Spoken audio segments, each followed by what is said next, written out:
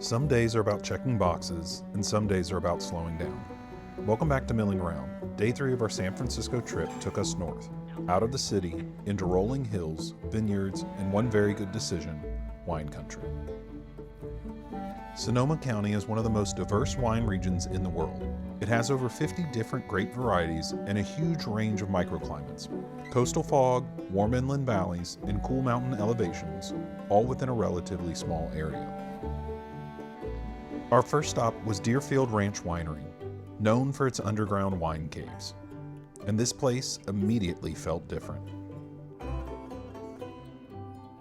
Deerfield's wine caves were built directly into the hillside and are designed to keep a naturally consistent temperature and humidity, which is ideal for aging wine.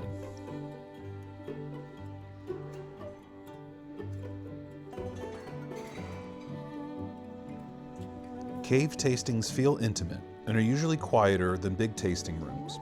If you like learning why wine tastes the way it does, this is definitely your move.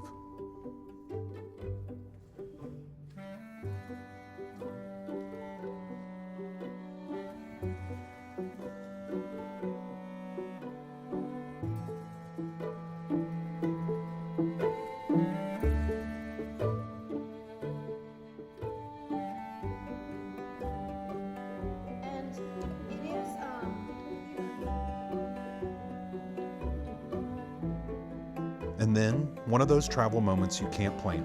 One of the owners showed up and personally toured us through the cave.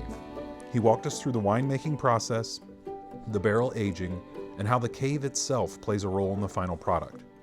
He explained that barrel aging adds complexity, things like vanilla, spice, and depth, without overpowering the grapes. He also explained how they store wines from many different companies, and how they all have different varieties of woods for the barrels, shipped in from all over the world.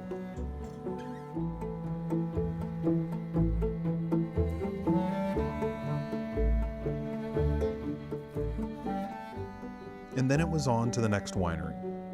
Plan fewer wineries than you may think. 3 stops was the sweet spot for us.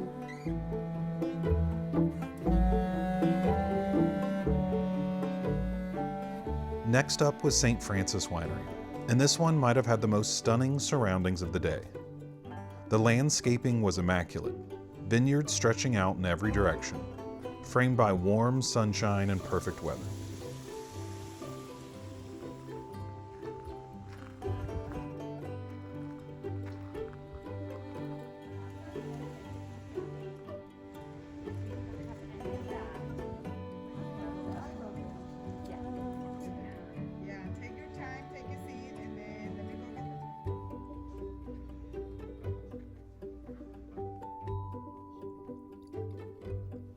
We opted for wine and food pairing, which elevated the whole experience. If you're new to wine tasting, food pairings are amazing because they help you understand how flavors change together. Suddenly, wine makes more sense.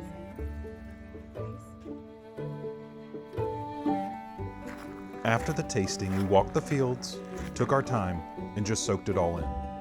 This stop felt peaceful, the kind of place where time slows down whether you want it to or not.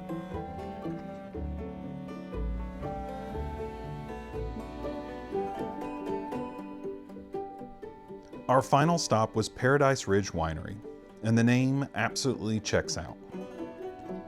Paradise Ridge is known not just for its wines, but for its hilltop location, offering panoramic views across Sonoma County.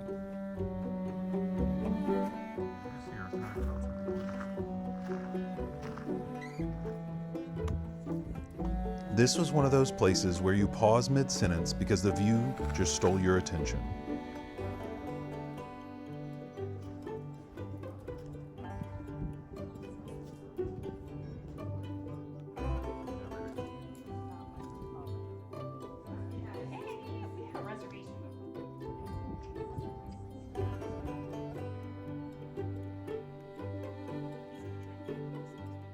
The wines were solid, the atmosphere was relaxed, and it felt like the perfect final stop. No rush, no pressure, just enjoying where we were, and of course, the beautiful view. We would definitely recommend saving your most scenic winery for last. Ending the day with a view makes the whole experience feel complete. After wrapping up tastings, we dropped the top on the convertible and headed into Sonoma for dinner. Casual, cozy, and exactly what we needed after a full day.